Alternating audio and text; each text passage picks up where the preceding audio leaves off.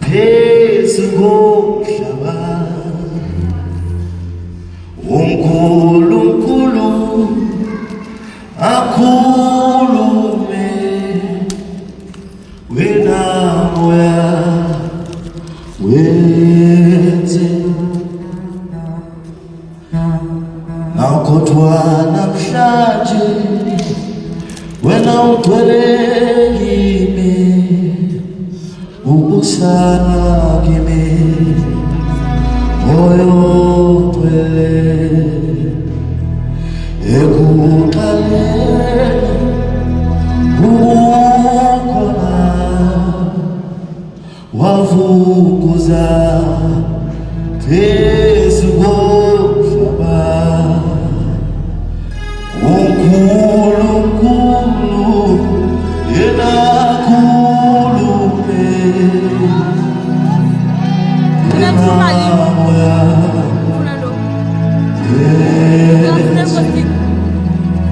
kodwa namhlanje wena ugcwele ubusa kimi moyo ugcwele yebo gcwala kimi moya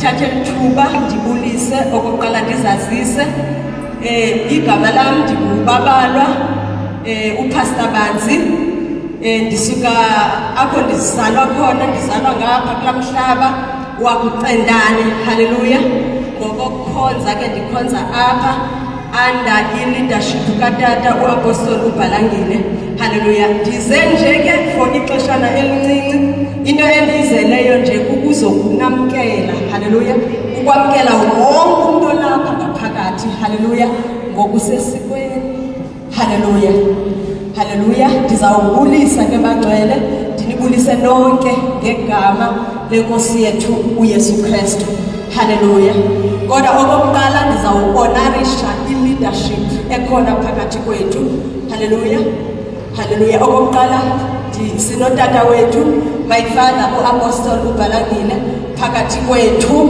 ndicela nje simqhwabeleni izandla sonke simqhwabeleni kakhulu haleluya haleluya sibe notata wethu utata uApostle uMpuntshe ndicela naye simtheni izandla kakhulu haleluya haleluya phakathi kwethu sibe no Apostle utata uMqolombeni akusebizi yes sibe no evangelist Khuthu haleluya naye okwakhokhela apha kuthi haleluya umvangeli haleluya sibe no evangelist Mila haleluya haleluya akhadi ngibone kodwa Mila kodwa ubhaliwe apha kodwa ngicela simpheni izandla naye haleluya haleluya. Sibe no pastor uMakhwelo, haleluya, phakathi kwethu. Ngicela nje athi nje isandla, haleluya. Siyamamukela kakhulu naye phakathi kwethu. Sibe notata uApostle uMbutyu ekhona naye phakathi kwethu. Tata, ngicela simphe izandla kakhulu, haleluya.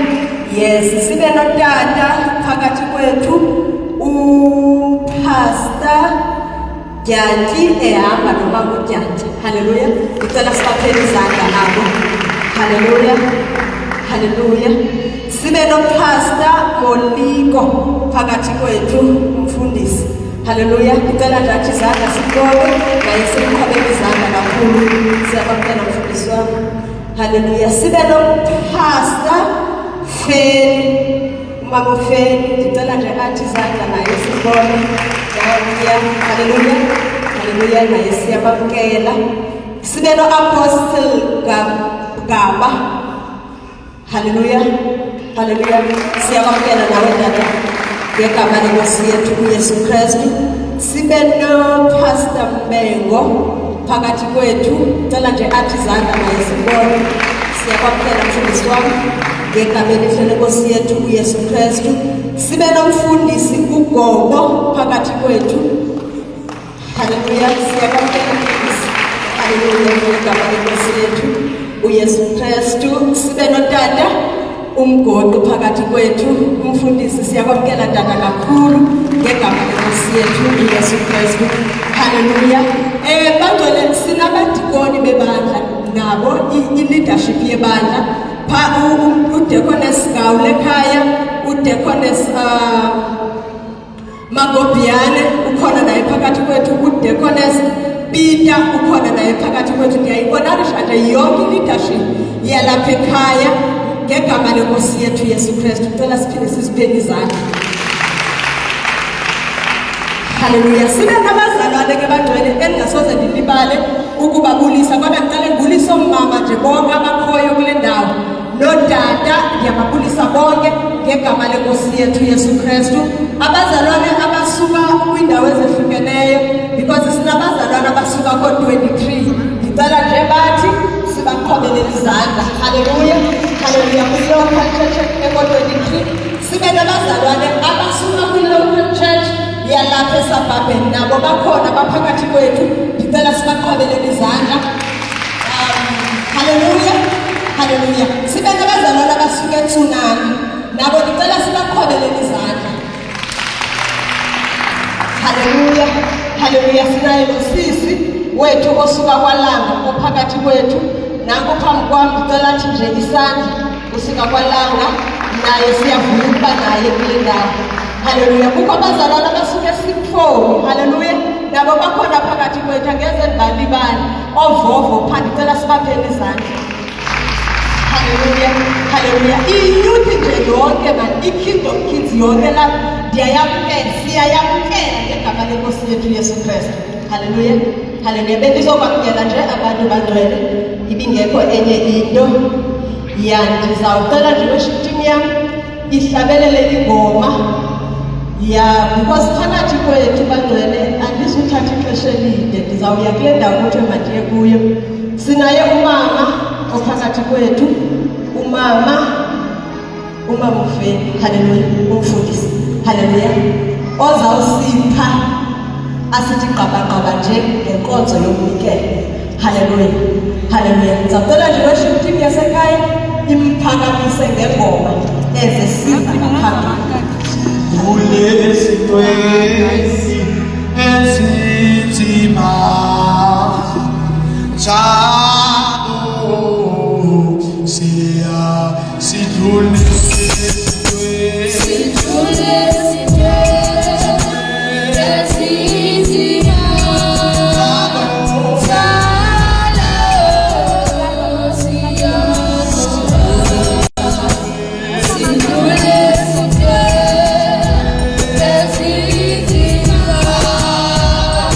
Time.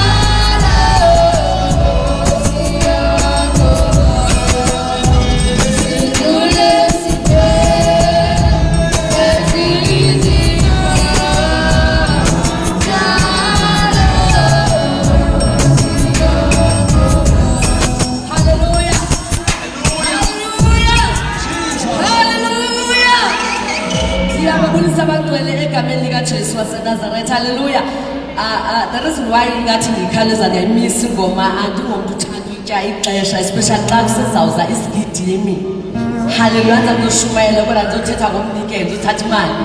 Glory to Jesus. Ndibulisa ke utata walapha ekhaya umpostoli uBhalangile.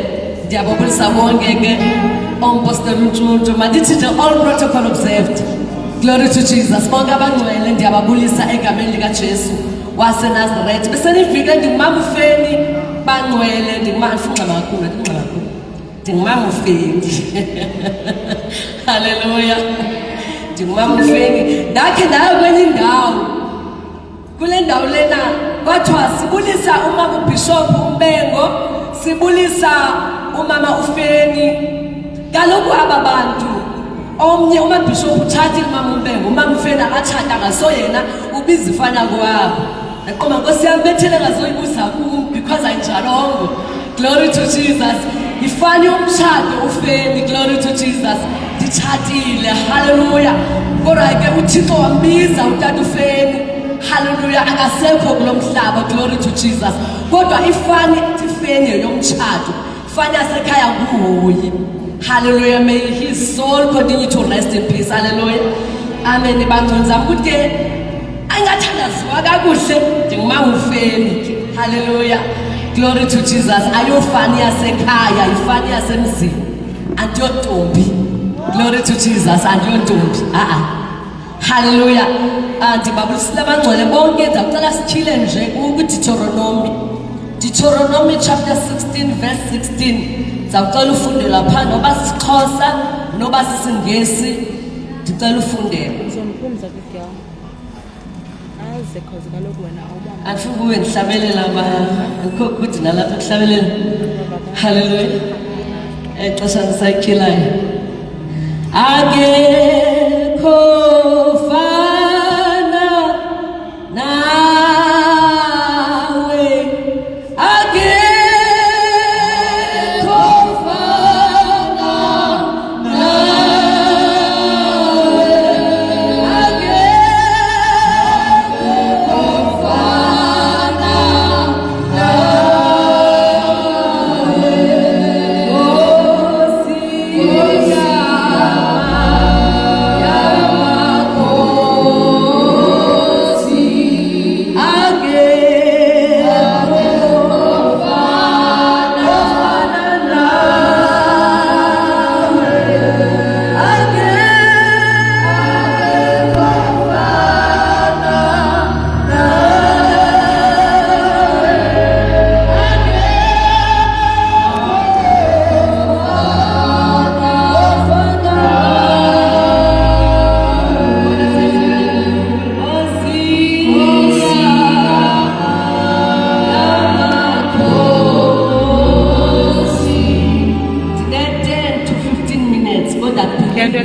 by 10 minutes, glory to Jesus. Hallelujah. Amen.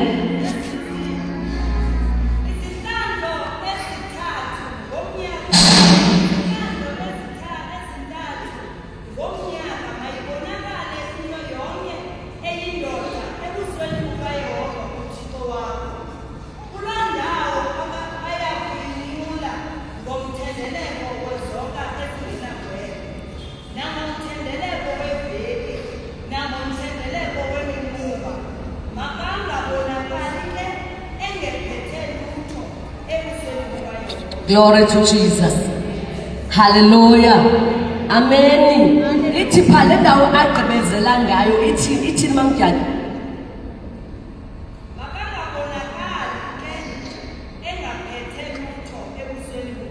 Ithi pawinji, but no one may come into the presence of the Lord without an offering. Glory to Jesus. Nandivala nothe anduzibamdi ndikho ndithetha into esiyaziyo. Glory to Jesus. Inkongozelo ibekwa ezicaweni. Glory to Jesus. Ndizobiza umnikelo bantwana. But no one may come into the presence of the Lord without an offering. Bangcwele akekho ofanele ukuvela esihlalweni sobukhosi engaphethanga nto. Glory to Jesus. Hallelujah. Glory to Jesus. Kubalulekile mawusiza endlini kaJehova. Glory to Jesus. Hallelujah. Ube nento oyiphetheyo. Glory to Jesus. No one may come. No one may come into the presence of the Lord without an offering. It is very important. Awusize endlini kaThixo phatha umnikelo. Uchizwi likaThixo akutsho thina okanye akutsho mna kodwa lilizwi likaThixo lifundiwe. Glory to Jesus. It is very important xa usiza endlini kaThixo. Hallelujah. Hallelujah. Ukuthi have something. Glory to Jesus. Ozo-ofanisha ngayo okanye ozo-sacrifice ngayo kuJehova. Glory to Jesus. Hallelujah. Phaa Genesis. Okay. Kwindawo endikhumbulayo. Hallelujah. U-Elijah. Ngingamnaqhala azoshumayela. Andizibali. Esithi uThixo makaye eZefarani. Glory to Jesus. Uyahamba u-Elijah uya eZefarani udibana nomhlolokazi. Glory to Jesus. Mhlolokazi uqokelela inkuni. Athi u-Elijah khawudiphe isonka namanzi. Uthi lo mhlolokazi amanzi ngakupha. Kwathi sonka sona kusekethe umgutyana omningi. Khona ukuze nditye mna nonyana wam sife ngoba there is a drought. Glory to Jesus. To Elijah kala ngomntu kaNkulunkulu. Glory to Jesus. Onika lo mama u-Elijah isonka namanzi. Wathi u-Elijah wathi umntu kaNkulunkulu after egqibile ithusi lenkosi azange yaphela iflawa ne-olive oil endlini yalo mhlolokazi. Bahlala behlutha yena nonyana wakhe. Ndithe kunentsikelelo emnikelweni. Glory to Jesus. Ungayithathi for granted indaba yomnikelo. Umnikelo unentsikelelo. uJehova uyakusikelela. Glory to Jesus. Hallelujah. Genesis 22 verse 1 sathetha nje ngomnikelo. Glory to Jesus. Yafika yenje kaJehova uAbraham. Glory to Jesus. Yathi yonke le kunikela ngayo halikuthandaza ngayo yonke le minyaka. Yonke le kuyithandazela yonke le minyaka. Glory to Jesus. Hallelujah. Uthi nikela ngayo. Glory to Jesus. Hallelujah. Hallelujah. Umntwana ngoka Sarah no-Abraham. Kodwa enje yafikela u-Abraham. U-Abraham akalanga kuSarah amxelele. Glory to Jesus. Kodwa wenza izwi. Ithatha ukuthini lento. One, u-Abraham amxelanga umkakhe. Glory to Jesus. Ngoba umntwana ngowabo bobabili. Thatha ukuthi umnikelo unegotiate-wa. Awukwazi unegotiate umnikelo. Mayisithi uJehova nikela nge-1,000 rand. Awuqale kumamakhe okanye kubhebhi wakho. Glory to Jesus. Ngoba xa ufika phaa kubhebhi uzawuthi ubhebhi hayi tatakhe ndifransa entloko myeni wam. Glory to Jesus. Ndifransa entloko hayi tatakhe sinamali nothi kule nyaka. Awusanikelanga. Awusayenzanga intando kaJehova. Ngoba wona uye wanegotiata umnikelo kodwa usomandla uthethe ngawo. Glory to Jesus. Awunegotiate abangcwele ngoba uzawuthi awunegotiate ngenzini intando kaThixo. Usomandla uthembekela ngemali engawunikela ngayo ungaqalanga ngonegotiate okanye ndibethi nikela ngamalini nkosikazi dadakhe nikela ngamalini. Glory to Jesus. Hallelujah. Hallelujah. Amen. Get ready. Glory to Jesus. Hallelujah. Inabile bangwani indaba yomnikelo. Zawuhlala phansi indaba yomnikelo inabe kakhulu. Omnye ngashiya ifone up. Kanti omnye ngathi Jehova shiya imoto ukhwelisa inyama. Kumnikelo bantwana. Kumnikelo ungayithathi kanti indaba yomnikelo. Uba kuthi shiya ifone namhlanje shiya. Ujonga usomandla. Glory to Jesus. Hallelujah. Uthi simoto siya lo moto. Siya lo moto. Hallelujah. Ugoduke ngenyawo ngoba uthi uthethile nawe. Hallelujah. Omnye akanamnikelo bangcwele. Hallelujah. Omnye akanamnikelo kodwa unako ulapha. Nikela ngoqobo lwakho kuJehova uma siworshipha sihlala ubukele masithandaza thandaza sihlala ubukele nikela ngoqobo lwakho fanele ngayakhona la ngoma umhlabela uthi I lay my life before you uJehova ufuna ukuthi glory to Jesus. Hallelujah. Evantsati yami. Glory to Jesus. Hallelujah.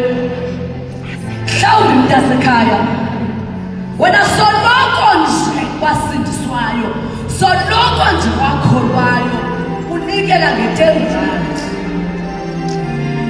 akunikeli nase-20 okanye ufute 50 to 100 kodwa bangcwele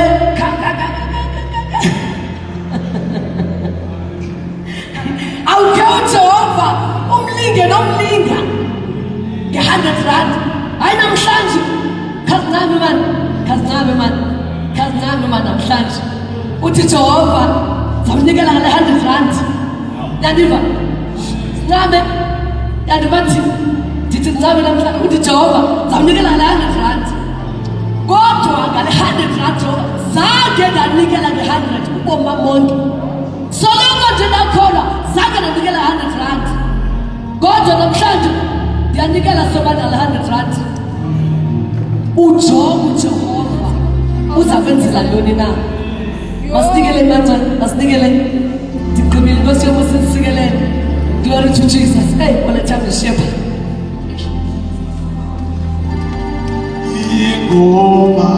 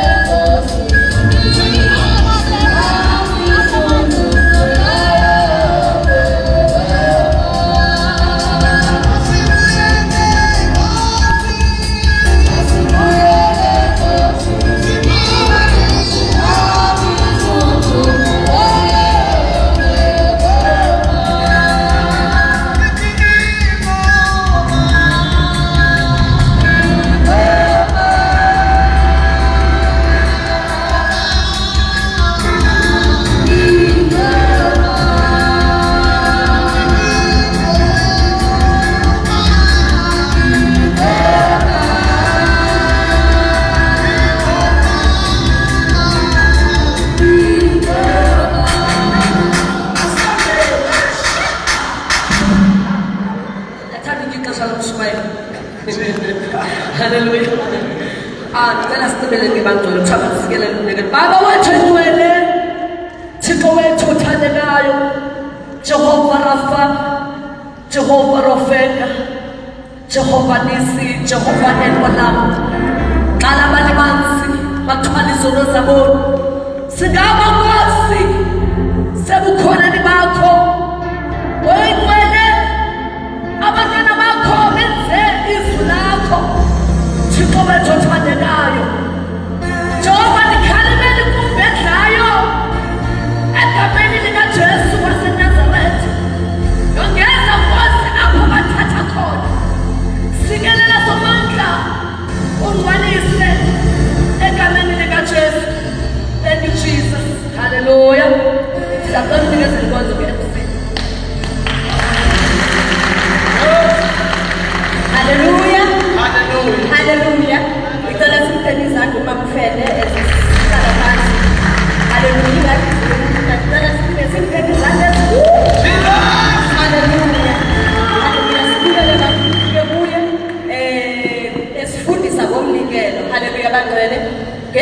elincinci nje uqaqathela isixhosa ke siyadibetha ngesixesha elincinci kodwa unyathele kwiindawo ezininzi haleluya ewohlulahlula umnikelo ewucacisa haleluya abantwana haleluya. I'm not going to waste any time ebantwana ndizawuthi nam ndicela i-worship team yethu ekhona phakathi kwethu ndothanda ukuba neprayer haleluya but andizuyenza loo nto namhlanje haleluya. Ukhona utata wam aboselubalangile ndizawudlulisela inkonzo kuye haleluya. Everywhere I go, Jesus. Asiphakameni Jesu ngenyawo. Thank you Jesus. Soqale sithandaze. Sekubulisiwe sebamkelwe abantu. Glory to Jesus. Nam ndithi protocol observed. Inceku zikaThixo zisuka kude komalanga. Zonke inceku zikaThixo zaseDaft ndiyazibulisa zonke bonke abantwana bakaThixo. Siyabonga uThixo ukuthi nibe khona lonke ibandla ndiyakubulisa otata omama ulutsha lonke ndiyayicela ivolume nje lonke uzothetha apha ayingomntu okhwaza kakhulu nje kancinci haleluya. Ndanibulisa lonke kantheni zandawo nisekhona emvuselelweni. Thatha umakhelwane wakho ithi makhili silapha emvuselelweni ithi makhelwane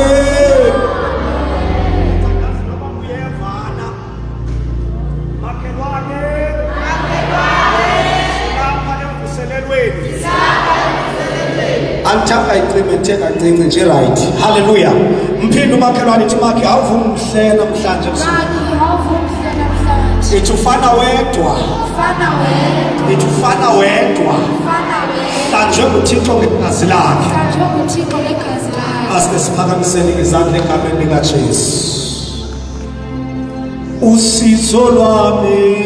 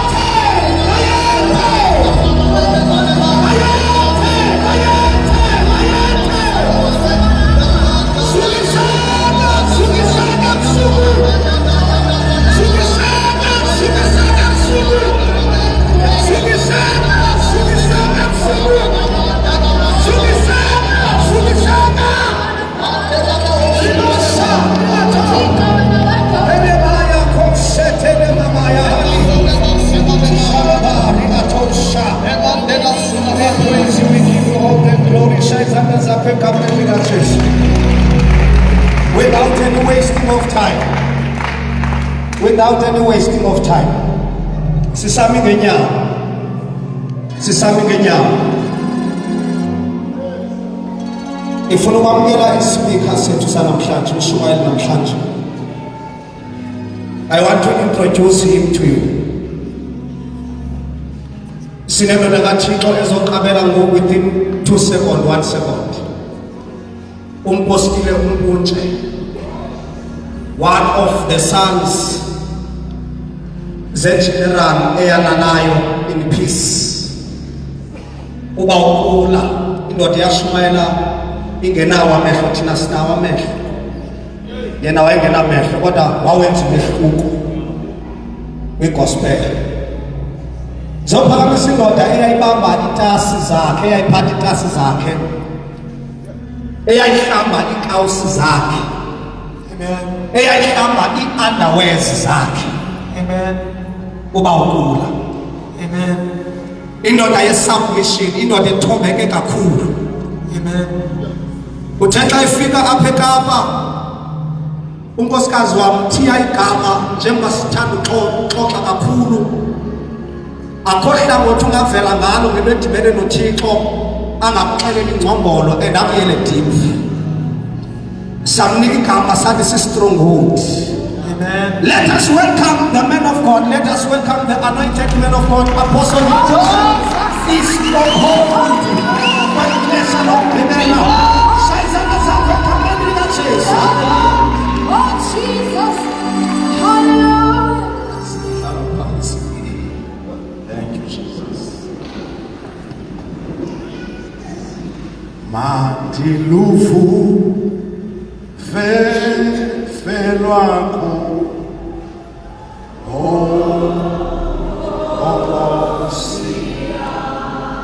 Mandilufe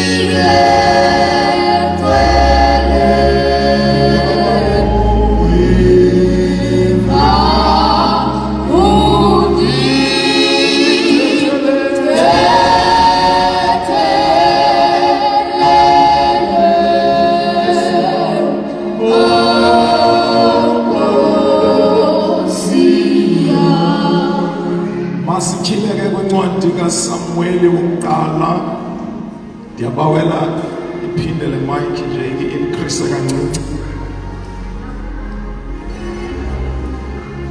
uSamuel wokuqala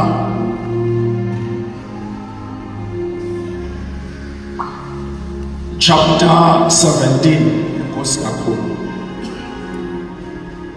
1 Samuel chapter 17.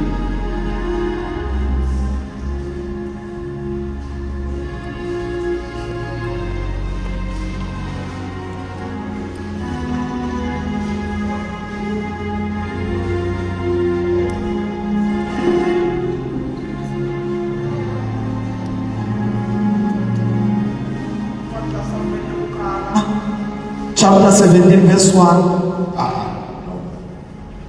Verse 55.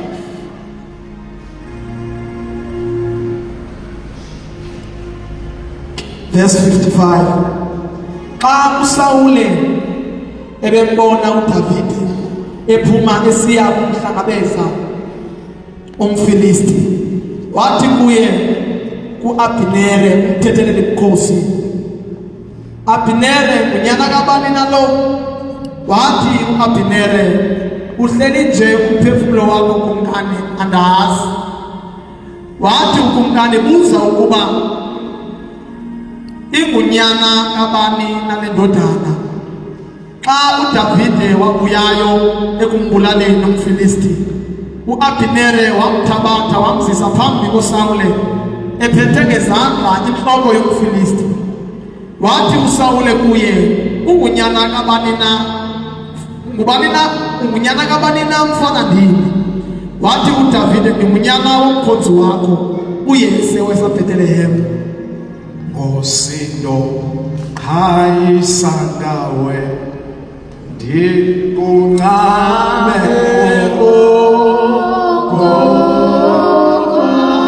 andinanto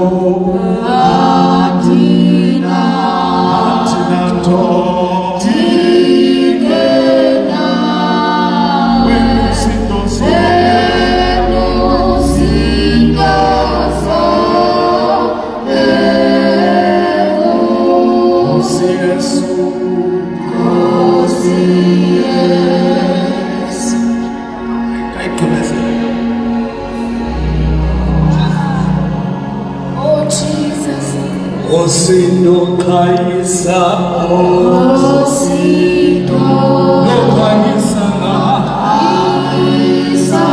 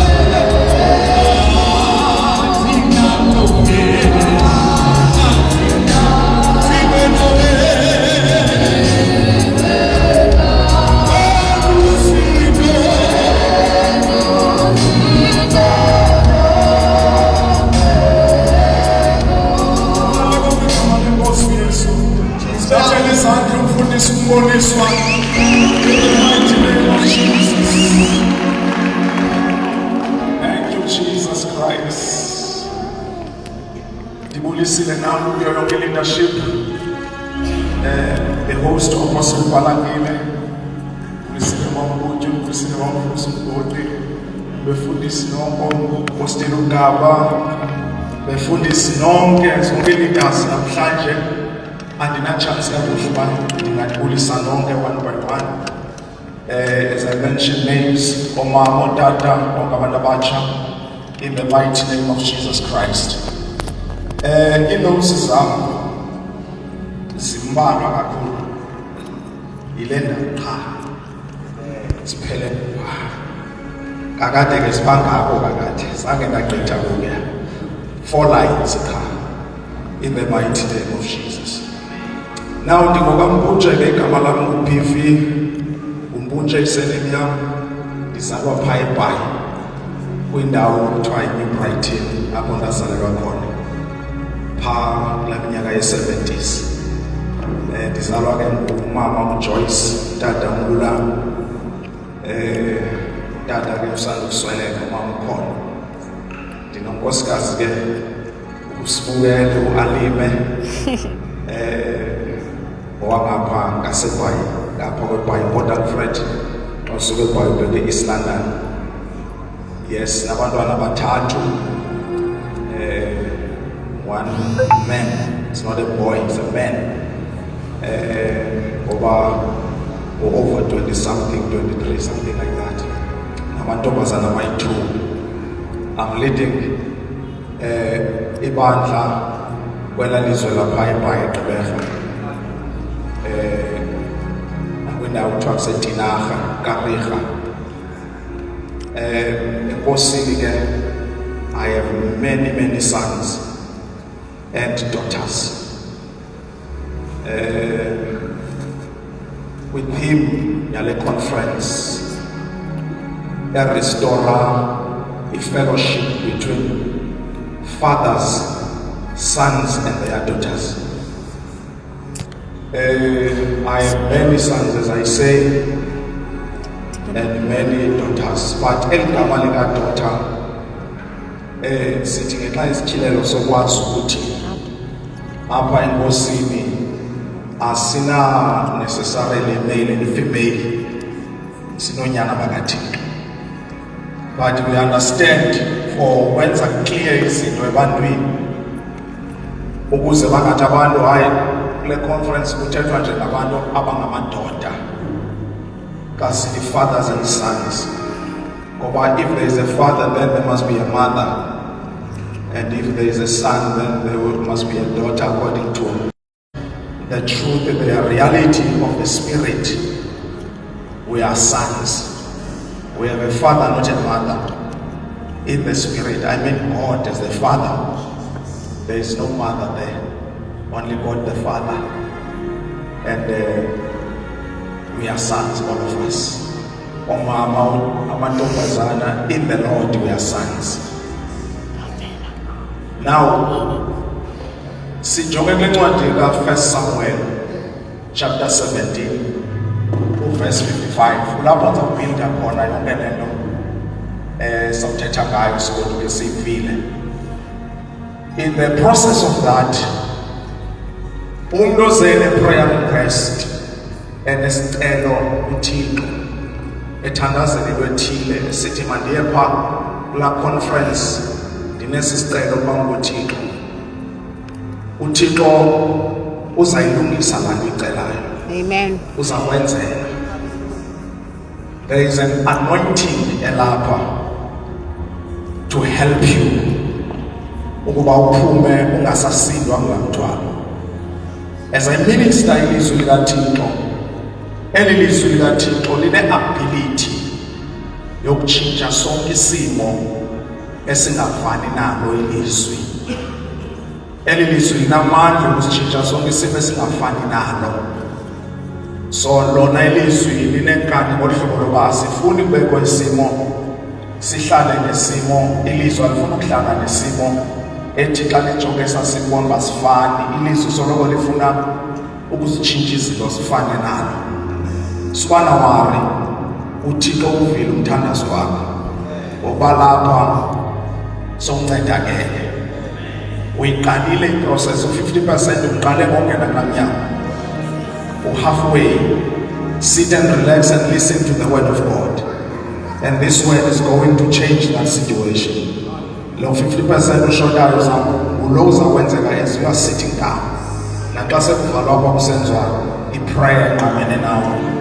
And may God bless you sakholwa unjalo uqhubeke ukholwa in the presence of the Lord. Urestorwa ifellowship phakathi koyise nonyana nentombi zabe enkosini. Ukho icrisis ekhoyo esifunda ngoDavid kule ncwadi kaSamuel. Ikhona icrisis ekhoyo ebiqaliwe iApostle Zolo. Icrisis yokuba uqhawukile unxibelelwano, iqhawukile relationship between otata nonyana nentombi zabo. Luqhawukile. Macala amabini bafaulty macala. Utata unayo ifault, nonyana ngapha naye unayo ingxaki naye anayo, ngoba likhona ikhaya apho khona kubaleka unyana ashiya abazali bemthanda. Likhona ikhaya apho khona utata uneglecta abantwana, ushiya abantwana. Now macala amabini ikhona ingxaki. Then apha sikolo ukuze kurestore i-fellowship, that relationship between the fathers and the sons and daughters. Kodwa kapho ujonge khona ngoba iApostle Zolo beseyithethe kakhulu kwicala le-families, i-physical families apho emakhaya bozalwa khona. Uthethe kakhulu nezinto nami ezindichaphazelayo ebalisa nakubomi bakhe izolo. Kodwa mna ndifuna uthatha kweli cala lalapha enkosini. Ndifuna ukuthetha nime apha enkosini mna namhlanje. Masifunde Luka uverse 55. Masimfunde uverse 55. Say restore a relationship, a fellowship between the fathers and the sons and daughters. Xa uSawule bembona uDavide ephuma esiya kumhlangabeza umFilisti, wathi kuAbinere intethelele inkosi, Yeah. Abinere ngunyana kabani lo mfana? Okay, man. Xa uSawule ebona uDavide ephuma emkhawulela umFilisti. Yilamini kaDavide noGoliath le. uDavide ezijule ijacu ezavelile wawuzalwa nomFilisti. Xa uDavide ezavelile esiya uSawule ikumkani imile apha nomkhosi sephele 40 days and 40 nights kungekho umuntu uphumayo ba akulwa nomFilisti. uSawule ebona egqibeleni la uDavide ephuma ebaleka emkhawulela umFilisti. Uyabuza Abinere, unyana kabani lo? Umbone siya emkhawulela umFilisti, yabuza unyana kabani lo?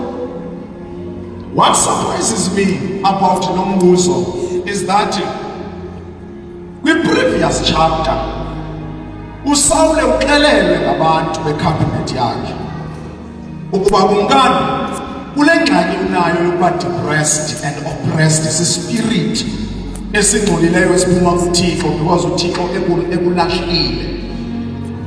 Ukhona umfana ongathi xa enokudlalela uhard udlala kamnandi uskillful, akudlalela uhard uzamncedakala izawuphuma le demon uphile. Wathi uSawule makobizwa lo mntana, wahamba wobiza uDavide walanda apha ehlathini esalusa wabizwa weza wazotshaba phambi koSawule. Xa efika esima phambi koSawule, uSawule uthi nale ngxaki ndincede, adlala uhadi nyani uSawule ancedakala.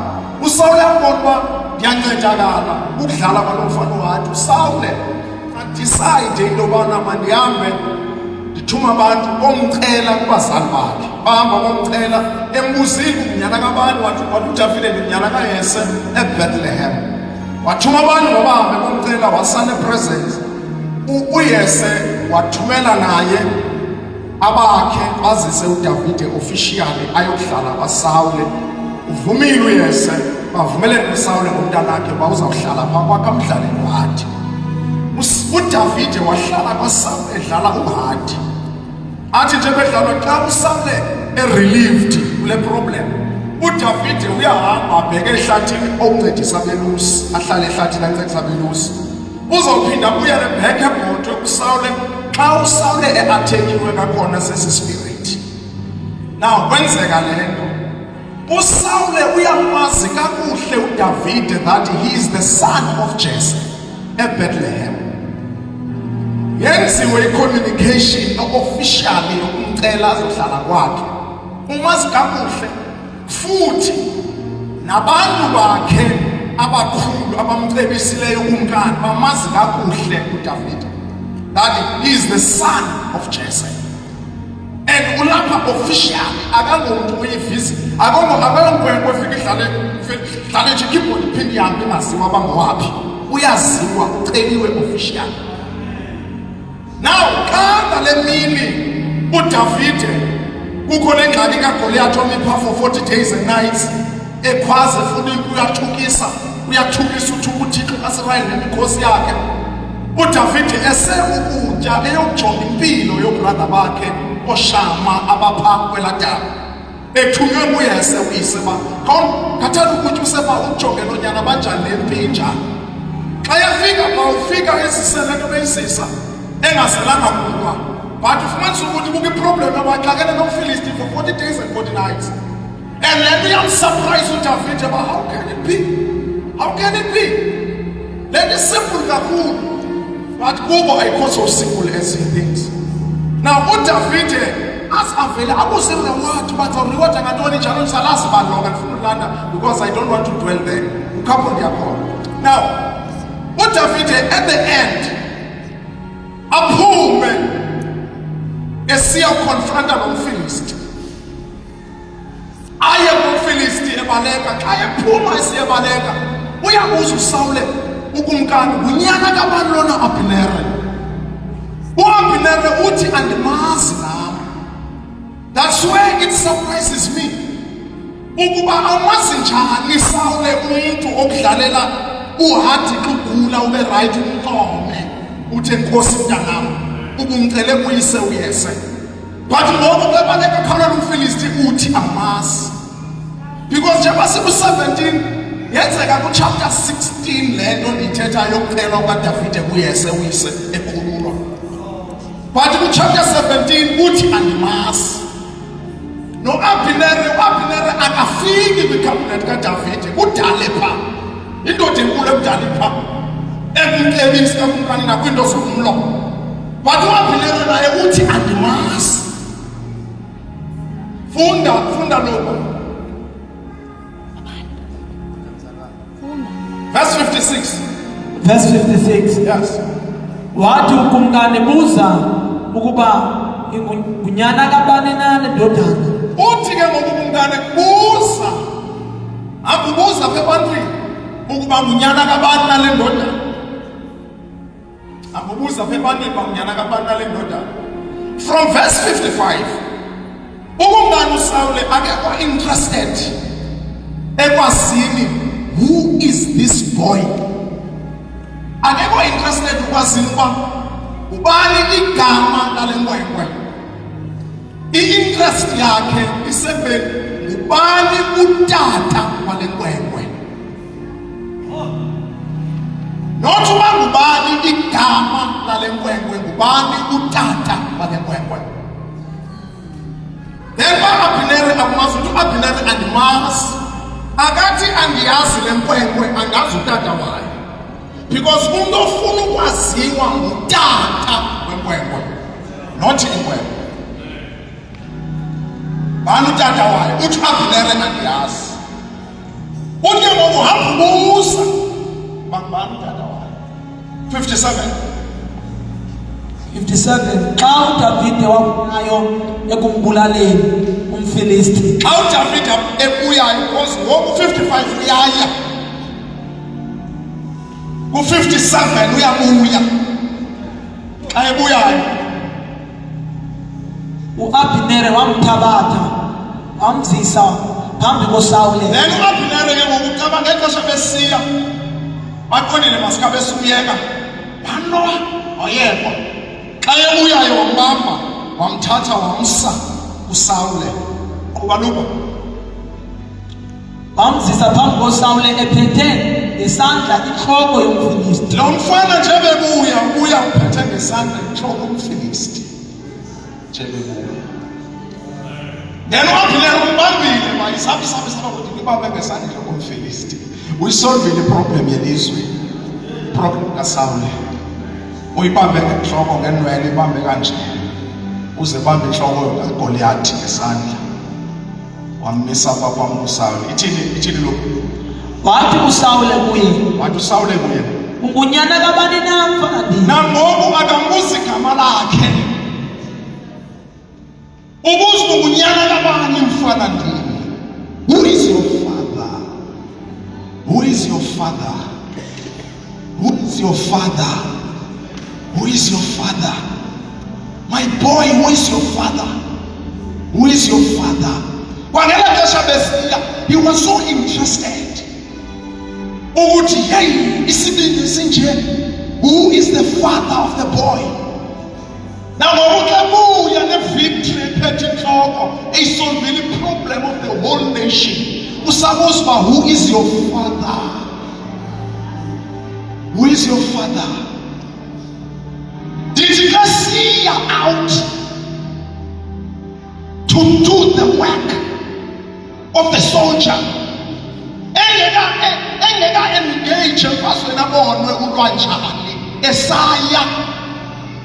engage major committee in the war, the challenger. Who is your father? Who is the father of this boy? Because his situations as in jail must be permitted by fathers. Who is the father of this boy? Because our flag depend to the father of the boy. Tell me, who is the father of the boy? And when you feel remote, was to sound a conversation on David before verse 55. Almost David and what to sound was our neighbor in Itobiam. Foot in the Kayana, these are exempt of tax. These are African come along, I was of Fana, so charge and don't be for free. What did David ever write? Please speak this television area. Yaimu sound never attaching Pasha Sake. So who was in team? Was Nibu David to Tafita Casifuma? Was it try as I'm seeing that was cool? Watching here and here also from the Pasha declared. This Amoni Subuti Kaya Mosbam Yanagamani. I tell you Utagamas. Baba engage in every conversation about this war. But in that Puma game we figured out we are Puma, we are Philistines face to face. Who is the father of the boy? Who is the father? Hallelujah. And I just see this one wow.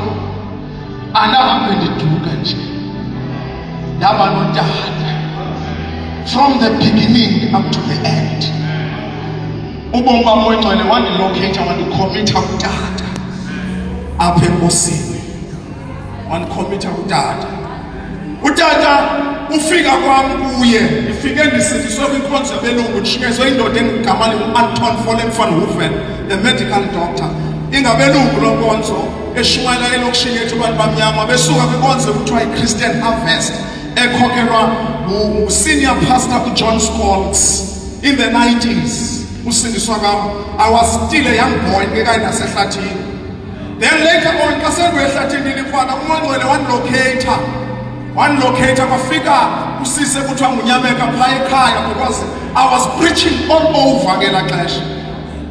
Ndiqale ushumayela as a boy, even ebakhwetheni ndinamarhamente endiphume nawo singabakhwethe, 2 guys, uSithembele Tom and another guy aswelekayo.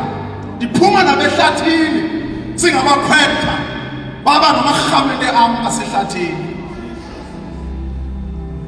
Ndiyepho ehlathini ndinamarhamente already. Nakanduyayo ndabuya ndaqhubeka ngandilikwala ndaqhubekeka ndishumayela futhi kwabona nasekhaya kwabantu bahlala igqithi kule nto bukwala mandikhawuleza ndisuke because umzalwane ubhizi kakhulu. Xa ndisiya kutata ndilokhetha uSisinyameka, uSisinyameka kukutata ekuthiwa ngutata uKula waseKretoro. Masambe siye kuye, uzamthanda laa tata. Asihamba sifika kuye sifike esahlala eTyotyombe eSilver Town sifika apha kweTyotyombe lakhe incinci sifika sihlala apha esiqhubela utata ndamthanda ndimbona nje ephuma erumini yakhe siza kuthi efuna ndisibulisa ndamthanda kakhulu umphefumlo wam wanamathela kuye naye wandingoke ngaboni wandilocate abantu abazala ndandihamba nabo. Xa sisiya phana ngamini sasihamba ngekhombi kaphuthi uMichael Ndingane babonke into le Nkosi Yesu.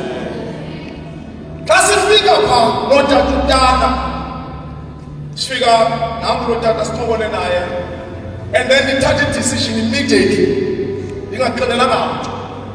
Ndimbuze tata nikhonza phi, kukhonzwa njani, ndifuna ukukhonza lapha ube ngutatana. Wathi hambani bantwana bam, singayithethi ngoku, hambani masithandaze nihambe buye ngecawa kukho indawo kuthiwa ethethe sawudibana khona. Sayodibana khona apho khona ndafumana i-visitation ye-angel ndikhutshwa intloko eqhekekayo kule ndawo enkonzweni. Yandikhupha intloko nohlala phandle kwa ndiyasiva ingathi ndiyafa ndiyaphela. Ndaxela abazalwane nohlala phandle ndanceda kwecakwedonga. Wafika umntu omdaka ingandaba abantu bathola esitratweni. Wafika lo mntu esize ngena phaa egeyithini ngalanda ukhonzela kuyo kulaa Chris khonzela kuyo wezawufika uzoba phezu kwam. Wafika wathetha izinto endingazuzithetha ke. Wathetha izinto wathetha futhi wathetha uzofika kweli xesha likulo xa thetha nam. And ukuze ndibone uba lo mntu is not a normal human being, ndambona emazinyweni. Yonke enye indawo le ngumntu futhi umntu omdaka ongaluhlala apha esitratweni. Kodwa amazinyo wakhe were so clean ngaphezu kwakawam. So clean man, so perfect, so beautiful. Umlomo wakhe clean. That was amazing. Kulapho nathi ndiqwalasela nje bethetha ndamoyika. And then the second thing owayenzayo ephuma kulaa gate wanshiya waphuma. And xa esuka kumya intloko yomkambo wako narayithi ndaphakama na. Xa ndilungiselela ukungena ngaphakathi ndamjonga lo mntu. Xa ndimjonga ephuma waphuma wehla left ehlayo wanyamalala phambi kwamehlo am ndimjongile. Now then ndabaxela abazalwane ezo zinto zandibetheleka. But this is the right place. Phambi utata ndihamba nabantu abaninzi ngekhombi lemoto xa sihamba. Selikhwala. Xa sifika phambi. Kodwa mamela, ekuhambeni kwexesha iministry katata yanda futhi ndabangifakelwa kodeni. Iministry yakhe yanda. Babakho amakapa, ungena kwemakapa, ungena amarhoko, ungena kwiindawo ezininzi. Yanda kakhulu. Xa isanda waya ngaphambi yam ilokishi. Andithi phambi yam ilokishi siyakhonza already. Sasibaninzi sigcwalisile. Siyakhonza already. Wathi ke ngoku ufuna ukongeza, ufuna ukwenza mkhulu umsebenzi. Wenza into enkulu apho khona kujonga na YouTube sidla ngehelicopter pha. I think it was year 2001 or something. Sidla ngehelicopter pha. Xa ebekele nteke washumayela wagqiba. Ugqiba kwakhe bafumane ootata abaninzi nomama. Xa befumanekile abantu baninzi utata wathi wasibiza ndimnye nabanye abazalwane ke ngoku wasibiza. Wathi kuthi bantwana bam ixesha lenu lokulida lomsebenzi phaa kulaa lokishi liphelile. Wathi ngoku ndizifumene ii-leaders zolida laa msebenzi. Nina into nizayenza ndizama ngoo-MC woku-emsela la madoda. La madoda ayafika. Wathi naba ngoo-MC woku-emsela la madoda. Hayi ke wathi wena mutsha uzawujikeleza zaphuma naphi na apho ufuna ukuthuma khona. Wandithuma eNgqubo, wandithuma eRhawutini, akho ndawo ke ndingalihambe. Thunywe kuyo yonke le South Africa le. Now nansi into ngoku endicingayo kweli xesha kwi-sons zeli xesha ndicinga le nto.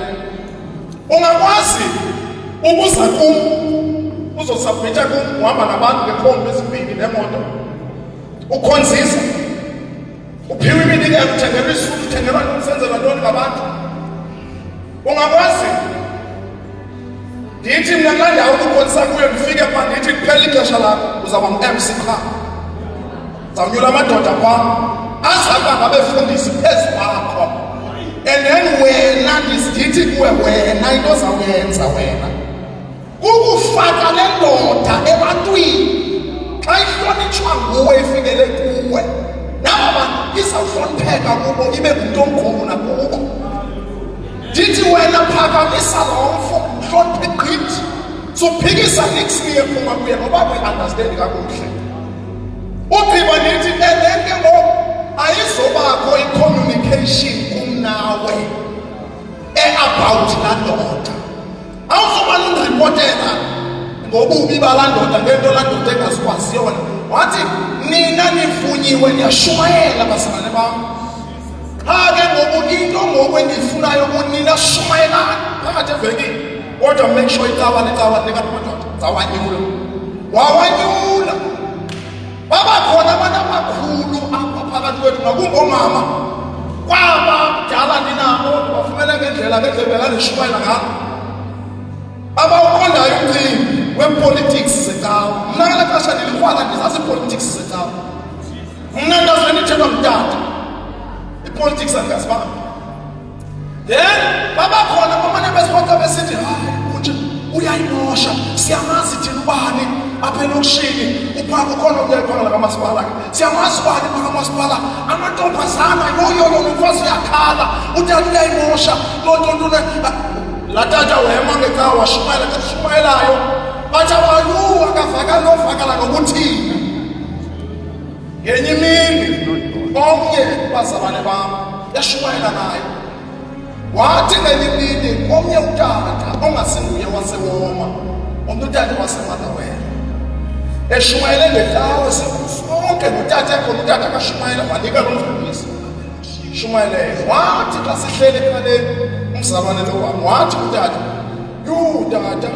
utata umfundisi ubani uyayibandisa mani inkonzo akabe shumayele ukakunike thini kumbuntsha bekugcwele njani athi wathi utata nina nithetha amazwi wathi nina nithetha amazwi ayi-100 kuwo ayi-10 ancedayo utata ubani uthetha ayi-5 oyi-5 ayalembe entliziyweni wathi akana-information ingako kodwa unencasa wathi fundani bantwana bam funeka nifunde kusekude laa nto yandihlala laa nto yazithanda zam wawusithini emveni koko wawusithi bawo ndicela kanthetha izwi lakho undiphinaza ndicela undiphinaza ndathandaza loo nto qha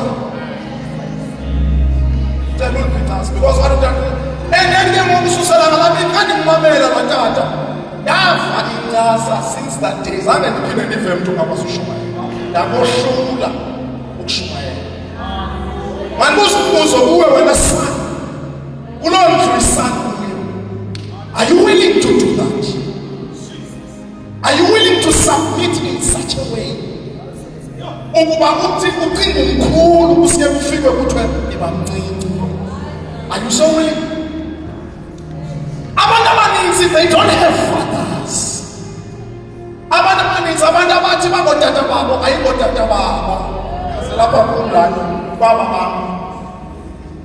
Andingotata womntu wonke endimsele ngegospel nongumfundisi oshumayelayo bandenza imento andingotata imento into abayifunayo bafuna undibizela ukushumayela kwimicimbi and then andikwazi ukuba andikwazi ukuchitha into ndakhitwa phaa ebomini bam nakulaa ministry because undenza imento qha emlonyeni wakhe uthi utata ngubunje tata ngubunje kodwa when it comes to ukuba senzele lo kuthiwa ke ngoku utata nonyana yenzile undenza imento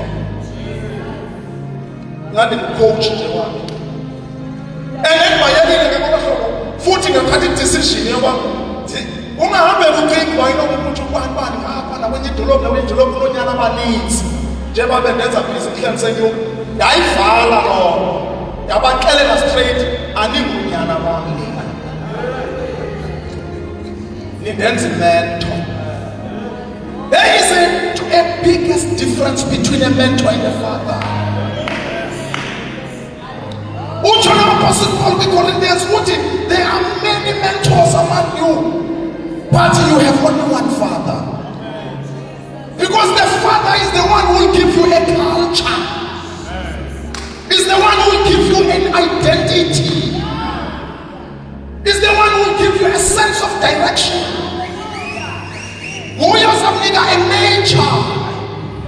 A father, not a mentor. The father will tell you, it is the father who says so. But you don't touch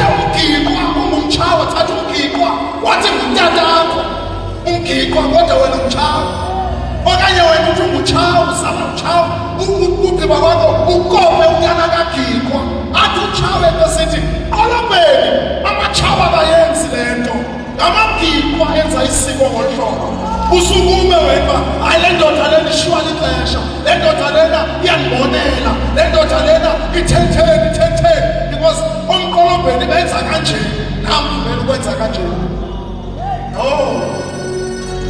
you will lose a lot.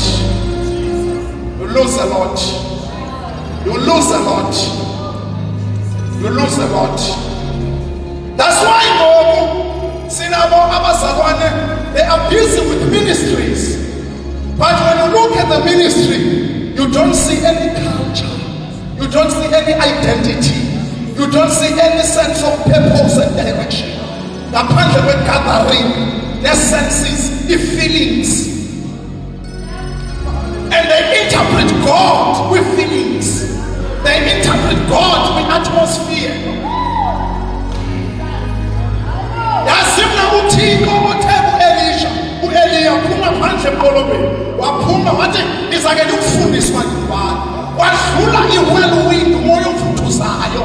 Wabuza uthixo, Eliya ubonile na? Wathi Eliya ubonile umoya ovuthuzayo. Wathi uthixo bendingekho.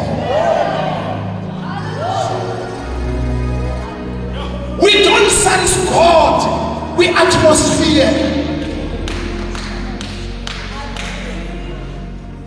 Kukho into efuneka yenzekile kwi-believers, ukuhlala phansi and be taught the word of God. Unikwe i-beginnings of this. Because as we Christians, asiyazi kwa-Christianity. As we Christians, sithi uba yi-religion i-Christianity. Sithi yi-religion. Abanye abakwazi nokuthandaza bebe ngenyawo njena because they think it's a religion. Noma unethumba edolweni uthi athi yawunyamezela uthixo uyayazi uba elithumba yawufela khona. What is that? What is that? Engemoku abakhaphi i-mentors ezi zininzi nje but they carry different ideas. They carry different so many ideas. And uthi xa ubonisa ukubhideka noqhubeka kwakobuyihlo, sivele abakhaphi bavele babonise ungabikho kwengxaki ngoba umshiye lo muntu uhlala sikhona asenzeni akho ngxaki. How can it be? How can it be? Limoshakele ibandla likaYesu ngenxa yalonto. Ininzi into esiqhutshwayo phandle, ininzi kakhulu, engumsebenzi omninzi. Yet you cannot even know ukuthi yintoni kanye scripturally because uleka i-fathers. In fact, i-fathers azileki, i-fathers are there. Cha abantu babonile uba no anokwazi uhlala kwa ixesha elithile, bayabika bayatsha. Xa uphuma uyosebenza, ii-kings zithi xa sikujongile noba besine-conversation nawe uxela into yoba unemibono emingakanani, wabona igelosi, wabona intoni nemibane, whatever you saw, whatever when you were praying and fasting you saw, no matter what kind of manifestations owake wazibona in your life. Xa ii-kings zikujonge usithi ndiyaphuma ndiyojongana noGoliath face to face, ii-kings i-interest yazo after nenze i-conversation zithi ubani uyise, Abineri ubani uyise. Zitsho ii-kings. Ingqondo ye-kings ayikho kwisini yakho. Ii-kings are not driven and moved yintshisakalo yakho. Ii-kings concerned about your father. Ii-kings ungathi ntshisakalo ubona uGoliath engeyomix for wena, futhi nawe une-ability unayo. No akuxoka xa kuthiwa nawe uxoke kusithi uziva ungaboyisi uGoliath, awuxoki unyanisile. But at the end of the day, ii-kings zona zithi ingathi ability onayo, noba i-ability yemali, noba i-ability anointing, noba i-ability yantoni na onayo to tackle these things, kodwa ii-kings umbuzo wazo uthi who is your father? Who is your father? Who is your father? Tell me, who is your father? Uzziah. You need to understand who is the father.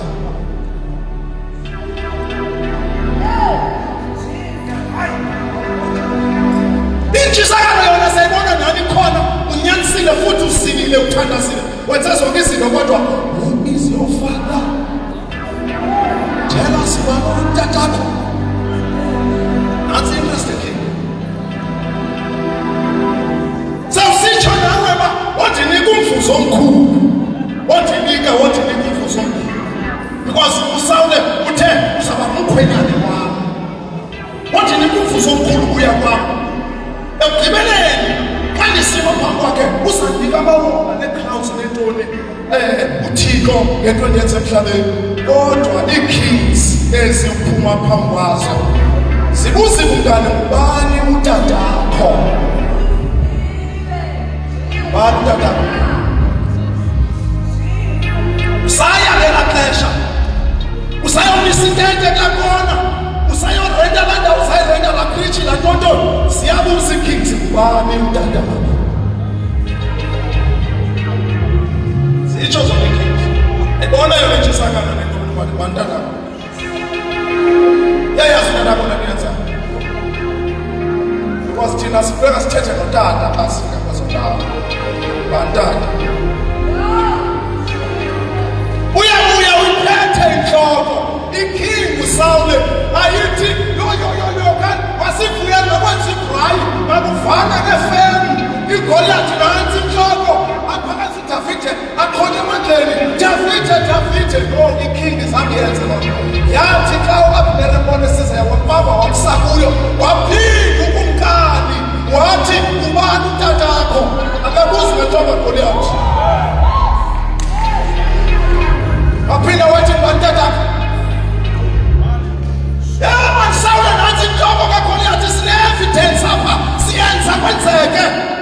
How can man ungayiboni lento siyenzayo ube busy? Wathi no, keep quiet. I want to know the father. Who is your father? Because we don't celebrate boys. We celebrate fathers. Kings does not celebrate sons. They celebrate fathers. Yaba abantu abangomama bakwa-Israyeli abathanda imigidi. Omama abathanda ukucula kakhulu emgidini. Abathi kuxoxwa lento wasike wathi thushu nengoma phaa yentoyintoyi. uSawule ubulale i-10,000. uSawule ubulale i-1,000. uDavide ubulale tens of thousands. uDavide umogidilisa ingoma itsho. Compare uSawule noDavide. Whereas the conversation of Saul is not about who killed who, how many you killed, and how many I killed. The conversation is about who is your father. Tell me about your DNA. Where do you come from?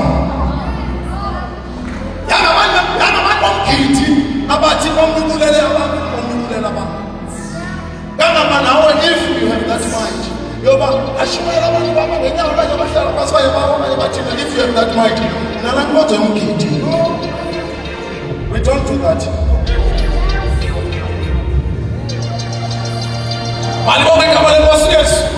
I wish you get izinto kakuhle.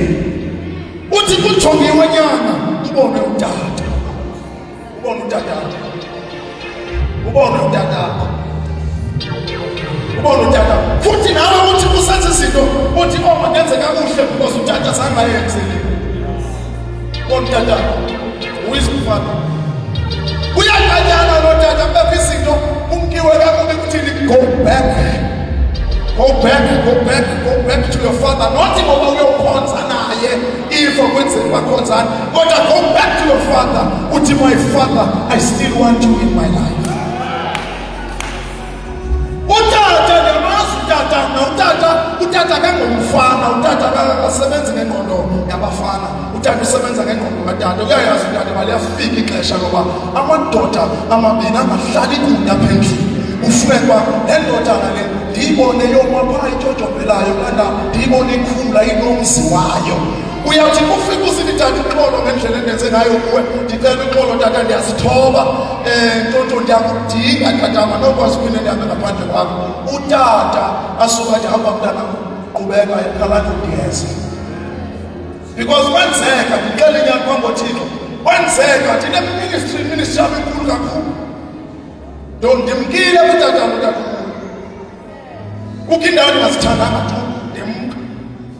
umntakwami wathi utata befoni nonifonela on Christmas Day wathi utata mntanam ndinewale nguwe ngoba uhamba ngomnconywana wamandla wathi nawo ngokaza wababa uyawuthunqa wathi uyawuthunqa iweli nendlela abe sephekile ungakwazi uyigqezela ibe indlela ingola obhizi xa wena kunamandla othi sosesiphakathini sayo okuwela wathi mntanam iChristmas izothi iChristmas now yasuka ndisesamaswele happy vele nemka yabheka kutata yafika ndahlala phansi kutata wathi utata thetha mntana wenu kuvela senkqubela inkqubela komitemeto thetha mntanam thetha uqhuba njani amxelela futhi ngela mini le yakwavela into lendade ndingayazi ndingaliveli lapha kuyo kwavela into ethi noba ngabana ndisenza kakuhle ndithetha nasesireyidweni yavela la ngathi kodwa tshini thixo bendingasazi uba utata ndimdinga kangaka yandivelela loo nto ngela xesha ndithetha naye uba ndiyamdinga kangaka utata zange ndiyazi wathi utata mntanam ukwi-dimensions uzawuphinda ungene kuso uqala namhlanje ubheka phambili wathi ndilungiselele phaa ebandleni abondixelele uba ndiyeza utata weza ihamba notata umolo osiya phasi kumolo eTrueFaith waya ne-executive committee aseTrueFaith phaa ebandleni wafika ebandleni kukho umlungu kukho iKhaladi kukho iGhana kukho iZimbabwe kukho ntoni kukho iTanzania kukho ntoni phaa ebandleni wafika utata futhi ndabiza nabanye ootata ndabaxelela ifrathenali endaweni endihlala kuyo uba kuzakwenziwa le nkonzo ndabaxelela straight abadresa straight kwatata wakwenza inkonzo luxolelwane phakathi komnaye phambi kwenkonzweni siyiqalile endlini siyigqibile uzayenza kwenkonzweni baya otata unyathi oba ubishop Nyathi ngoma baya nabanye otata abaninzi baya yenziwa la nkonzo kukumama phayana okwenzeka imiracle ebomini bakhe uma uhleli nje phansi ebantwini wathi xa kusenzeka laa nto iguqe phambi kotata utata embeka izandla wathi ngalamini mntanam wathi wena ungumpostile kakade nto nayo ubungunyana nje ubaleka apha esithubeni wathi namhlanje phambi kwabatata nabamama naba bantu bonke balapha ndiyakugunyazisa ndiyakuxela phambi kwabo obekho besandla sam bunje ukuthi ungumpostile unguye kakade wenze le nto kudala ndiyixhalele ikade ithethwa nangabanye abantu bale ntwana ingabaleki wathi wabaleka thetha ngolahluko abantu la mama wathi ehleli phantsi kwamuhle mama wabakhile qhawuka phaa kuye ngaphakathi kule ndawo uthi kwathi xa uthi qhu wacinga umama owayembetha eSt John's wahamba la mama uthi sengakwazi nolala uthi wayeguquguquka wavuka ngo-5 ekuseni wemka wanyuka phaa woqabela wabheka kaSt John's wanqonqoza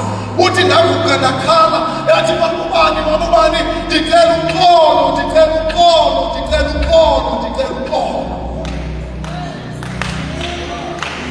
kunjani kwa wena ungayenza kunganjani wena ungayenza uyabuza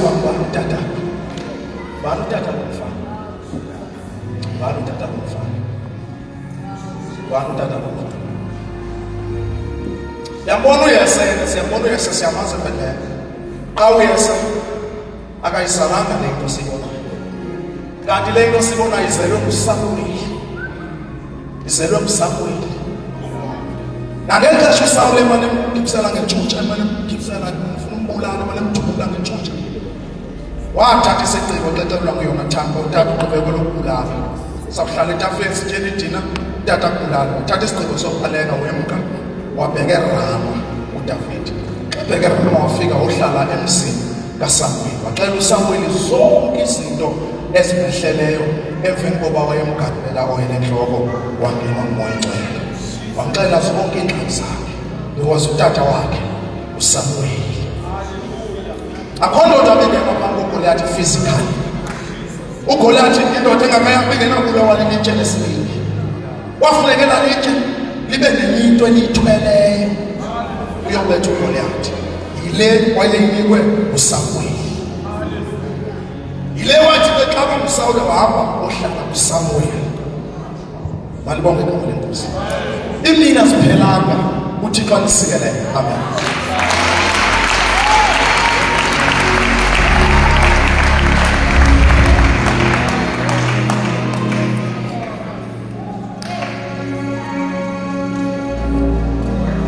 Wena walizwi lomkhuleko wami ndikhala kwesomandla welisandla sakho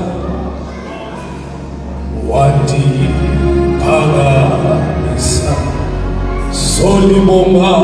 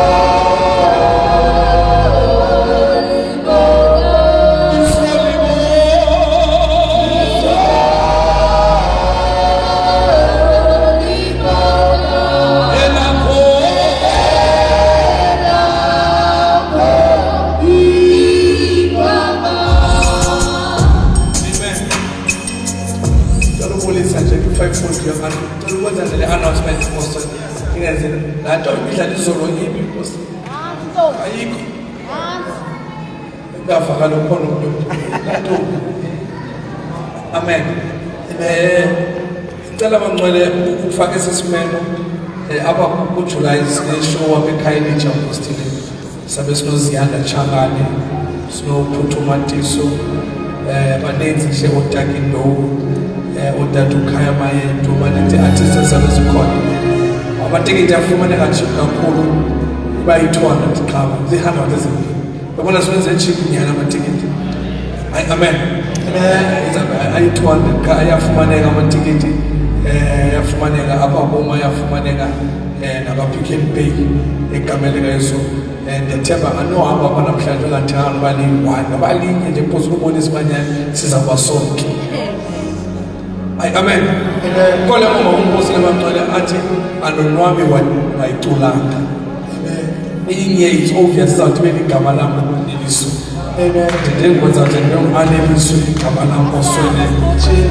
Ozokuthi uyazi ngemfuthi umbone soba alizoxola uba uyehla benaqonga ongayiculanga. Asike sitsho nje kokugqibela sesikhona Jeff siyabonga Apostle siyabonga hawe amakama tela akunyuswe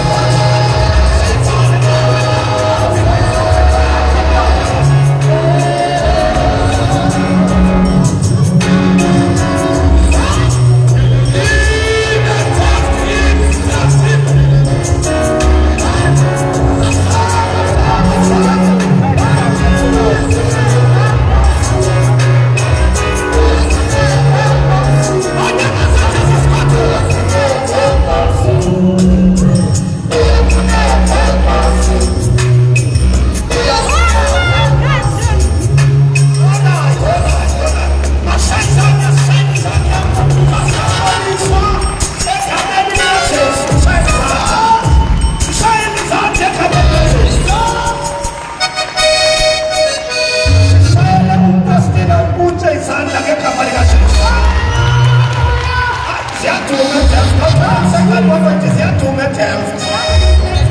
It is here to make health. Oh my God. Uma belingwane senthatha ngoba abantu ngibabonisa kwezinto sithatha jonga. Siyenzeka izinto lapha. Hallelujah. Siyabulela kakhulu ukuthi umpostile bawuntshe. Umsebenzi omhle singahlala phansi nje siyakhona. Siyabulela kakhulu umpostile. Bazalwane besizele ukuva ezinto, usizele i-restoration apha.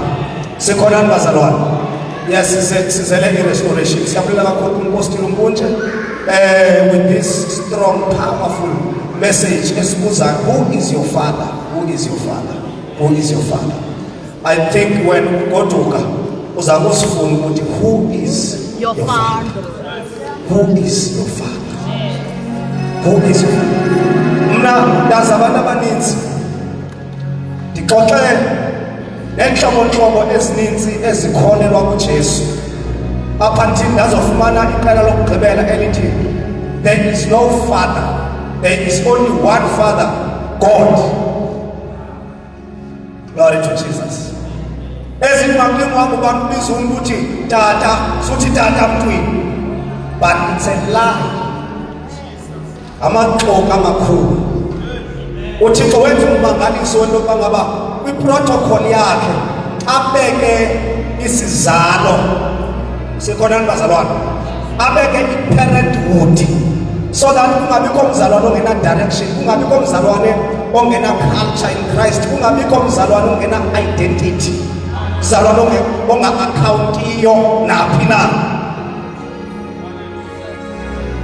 Asinazi young lion kwexesha lokugqibela ezizawuzula singabazi noyisebazo. No, it's not going to happen. Not going to happen. We should know your father. Hallelujah. Siyabulela ke nakutata nakubonke otata ba-athendile bazalwane, njengeshilo umfundisi umboniso nansi into phayana iseKhayelitsha. Yabona njengoba ndimthathe ndamzisa apha eDelft, ndimzise apha eDelft ukuthi kunento abanayo pha eKhayelitsha that I believe ukuthi uzoyi-imphatha nokuyi-imphatha apha eDelft. I-unity eKhayelitsha noba idume kangakanani ukuthi abazalwane senshilo bangaba iKhayelitsha idume kakhulu ukuthi abazalwane bakhona abamanga ncakasana uninzi baba even abashukayo, but there is a unity there. Uba ngaba khona inkonzo yenziwa kulo mfundisi ufika kubegcwele bonke abefundisi kulo mfundisi, and I believe ukuthi umfundisi umboniso uzise loo nto eDelft. eDelft uyabukelwa akuyenzi ukuba ubukelwe kuhlange phaa kuthiwa ngubani yena, bani yena, but ndiyambona uThixo khona into azenzayo. Glory to Jesus. Kawushaya izandla, uThixo khona into azenzayo. I strongly believe that i-unit apha eDelft izoba ngapha kokuqonda njengaseKhayelitsha. Bendiphambi inkonzo yakhe uhosta izinto ezininzi, bekunenkonzo yamadoda pha. I believe xa uphinda phathi bazawuyibona iposta kuyokuhanjwa kuyoathendwa izinto zamadoda, udilwe namadoda. Ayikho enye elandelayo mphathi the first May ngoba khona inkonzo amadoda nizoyifumana ipost. Amadoda siwafuna ngapha kuyoxoxa izinto zamadoda. Asimshayizana for the last time. Hallelujah. Ngomso it's a last days. Ngomso siyavala, sizoba nexesha elaneleyo, siyavala ngomso. Glory to Jesus. Umpostile uzabe equkumbela lento ayiqalileyo namhlanje. Ndiyacela kakhulu bantwana benkosi ukuthi masizeni, masibe khona, masisapote lento. Glory to Jesus. Ibheke phambili nathi sifumane. Ngicela siphakameni ngesimeni ngenyawo zethu. Ngizawucela uPastor uMoliko, Glory to Jesus, uzosivala nomhlangano. Bazalwane, unenzela usizi uPastor Moliko, unenzela usizi nanokusekhona ngaba usekukhona uphumile ukhona ne undenza usizi kakhulu udiniwe usuka from eMount Elif eyokwenza imvuselelo very strong bekhona notata uMsimangwe apha namhlanje ngoku driver because usuka pha namhlanje kodwa akalala uthetha ngoku senisondela ngaseBooster andikoni bangaba ndingeza lithi no akho ngxaki phumla because ndiyazi ukuthi nangomso sinexesha but nangu apha asimshayele izandla awuzosivalela siyayifuna le nto mhlawumbe ngayo Jesus eyona Dawi Nadi eyona Dawi Kulu Yesu Kristu Kon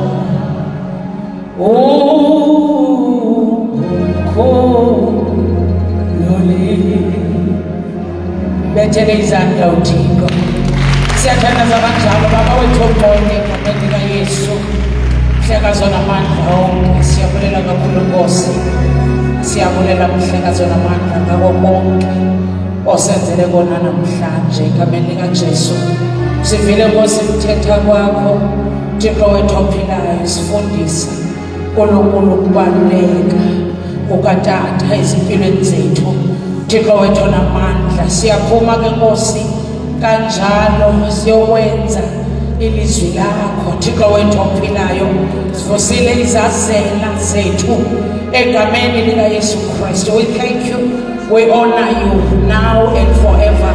You are God in the name of Jesus Christ. Simbethele izandla uThixo wethu. Amen.